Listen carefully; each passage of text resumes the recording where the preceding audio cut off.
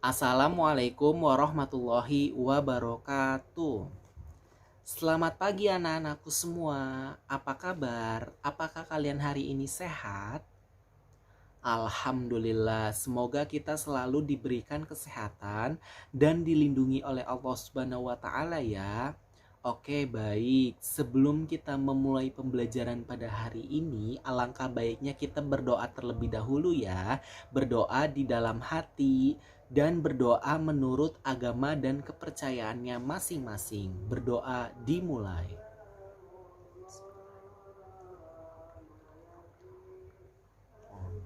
Berdoa selesai. Amin. Oke, baik. Bapak ingin mengecek kehadiran terlebih dahulu ya. Bapak ingin bertanya, apakah hari ini hadir semua Doni atau ada yang tidak hadir? Alhamdulillah hadir semua ya. Oke, baik. Sebelum kita memulai pembelajaran pada hari ini, alangkah baiknya kita menyanyikan lagu wajib nasional Indonesia Raya sebagai bentuk rasa cinta kita kepada tanah air Indonesia.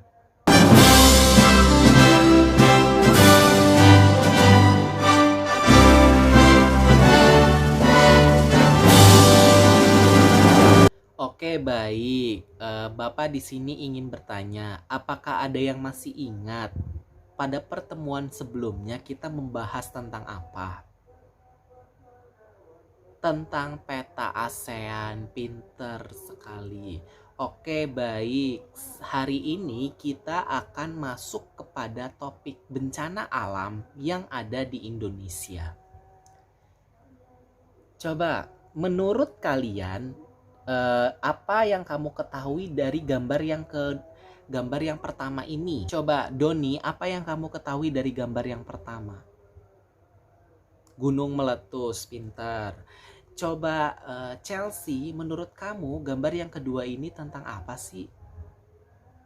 Tanah longsor, good. Bapak ingin bertanya kepada kalian semua, gambar yang ketiga ini gambar apa sih? Wih, suaranya kencang sekali ya, banjir. Pinter semua ya. Oke, baik. Di sini pokok pembahasan yang akan dibahas, yang pertama ada pengertian bencana alam, yang kedua ada contoh bencana alam yang ada di Indonesia, yang ketiga menjelaskan dampak dari bencana alam tersebut. Nah, yang keempat, bagaimana sih upaya untuk mengatasi bencana alam tersebut agar tidak terjadi? Poin yang pertama yaitu pengertian bencana alam. Bencana alam merupakan peristiwa atau serangkaian peristiwa yang mengancam dan mengganggu kehidupan masyarakat. Nah, jadi pada umumnya bencana alam ini terjadi karena adanya perubahan dari kondisi alam. Selain itu, bencana alam juga dapat terjadi karena faktor campur tangan manusia yang tidak bertanggung jawab. Misalnya manusia itu membuang sampah ke kali, yang dimana sebenarnya itu merugikan sekali ya, menyebabkan kali itu mampat, dan ketika hujan itu turun dengan lebat akan menyebabkan banjir. Oke, baik. Kita di sini masuk kepada pembahasan yang kedua. Contoh bencana alam yang ada di Indonesia itu apa sih? Nah, di sini contoh bencana alam yang ada di Indonesia salah satunya Bapak ambil, yaitu yang pertama ada gempa bumi, kemudian ada banjir, kemudian ada tanah longsor, ada gunung meletus, dan juga ada kekeringan. Nah, di sini pada poin yang ketiga, dampak dari bencana alam tersebut apa sih? Di sini yang pertama, gempa bumi. Dampak dari gempa bumi itu bisa menyebabkan bangunannya itu jadi rusak, kemudian kerusaknya listrik, air, dan sebagainya. Oke, yang kedua kita masuk kepada banjir, yang dimana banjir ini dapat merusak sarana dan prasarana yang ada di lingkungannya. Yang kedua, dapat melumpuhkan jalur transportasi. Dan yang ketiga, dapat pencemaran lingkungan. Yang dimana misalkan banjir tersebut lumpur akan menyebabkan lingkungan tersebut kotor. Kemudian yang ketiga ada tanah longsor, yang dimana tanah longsor di sini dapat merenggut jiwa seseorang, kemudian dapat kehilangan tempat tinggal dan juga terputusnya jalur transportasi. Nah, yang keempat di sini ada gunung meletus. Dampak dari gunung meletus tersebut dapat terganggunya pernafasan dan penglihatan manusia, yang dimana abu dari gunung meletus itu sangat-sangat tidak bagus oleh manusia, dapat menyebabkan kebutaan bahkan sesak nafas. Nah, yang kedua dapat pencemaran sumber air bersih, yang ketiga ada lahan dan kebun menjadi rusak. Nah, di sini contoh bencana alam yang terakhir ada kekeringan. Dampak dari kekeringan tersebut bisa banyak tanamannya itu mati, kemudian sumber air bersihnya itu menjadi berkurang. Nah, yang keempat di sini upaya untuk mengatasi bencana alam tersebut agar tidak terjadi. Di sini bisa dilakukan salah satunya pada gempa bumi, yaitu mencari tempat yang aman, kemudian menjauhi bangunan dan cari tempat terbuka, kemudian memberikan kabar ke orang lain yang bisa diandalkan. Nah, yang di sini yang kedua ada banjir. Upaya untuk mengatasi banjir itu bagaimana sih? Nah, yang pertama bisa membersihkan selokan itu secara rutin. Kita bisa melakukan kerja bakti secara bersama-sama ya. Kemudian yang kedua membuang sampah pada tempatnya. Dan yang ketiga ada membuat selokan untuk jalannya air. Oke, pintar. Yang ketiga ada tanah longsor, yang dimana tanah longsor di sini kita jangan sesekali menebang pohon di sekitarnya, karena itu menyebabkan dapat terjadinya suatu tanah longsor. Nah, yang kedua adanya membuat terasering atau sekat-sekat gitu yang kayak berupa tangga agar aliran permukaannya itu ketika hujan itu bisa ngalir airnya.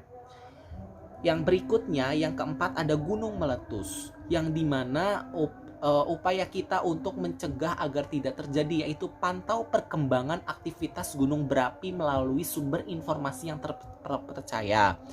Nah, yang kedua, pahami ketika gejala gunung ingin meletus itu seperti apa, entah itu ada suara gemuruh atau bagaimana.